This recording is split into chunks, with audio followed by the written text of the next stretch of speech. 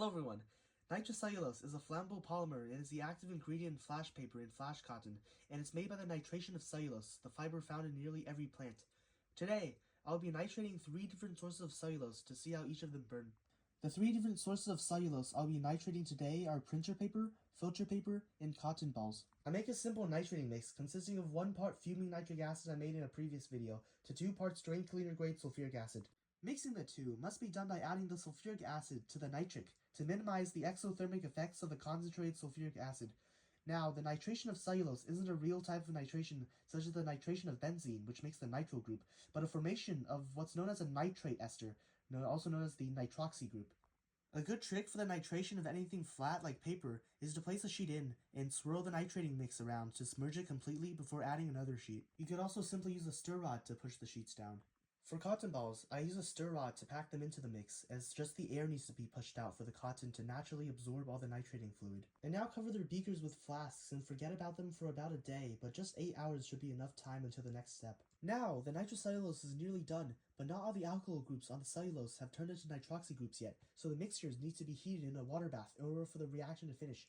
Now, and I cannot stress this enough, do not let your water bath exceed 40 degrees Celsius, or else a runaway nitration will occur, where the mixed acid absolutely shreds through all the organic material and releases copious amounts of nitrogen dioxide. After keeping it around 35 degrees Celsius for about an hour, nothing much appears to have changed, but chemically, the nitrocellulose is much better, and I switch out the now finished beaker with the printer paper beaker, and repeat the process.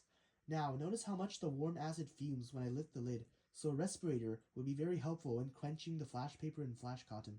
To quench the nitrocellulose, pour a generous amount of sodium carbonate or bicarbonate into some water and start by pouring all the mixed acid in. Now, for flash paper, grab a few sheets of it and rinse them in the base bath thoroughly until the foaming stops, and repeat this until all of it is neutralized.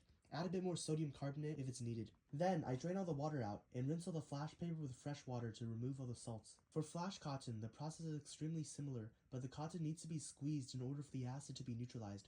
While you could do it without gloves, I would still strongly suggest them. I now lay the wet nitrocellulose on an opened cardboard box to dry. After a day, we can test it out. That was pretty alright.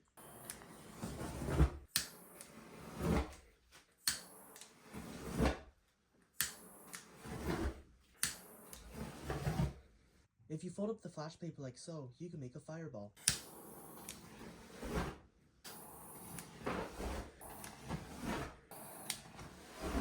Touching it with a heated piece of wire makes it decompose and then ignite.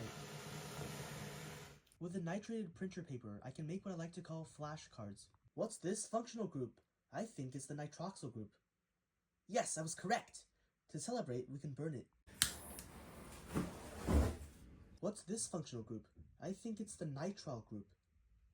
Darn it, it was the nitro group! Out of anger, I'll burn it. The flash cotton also works great, and burns extremely bright and fast. It burns so fast that a line of it is gone before it hits the floor, and can even burn on paper without setting it alight. Now, it's time for the final test, burning it on my hand.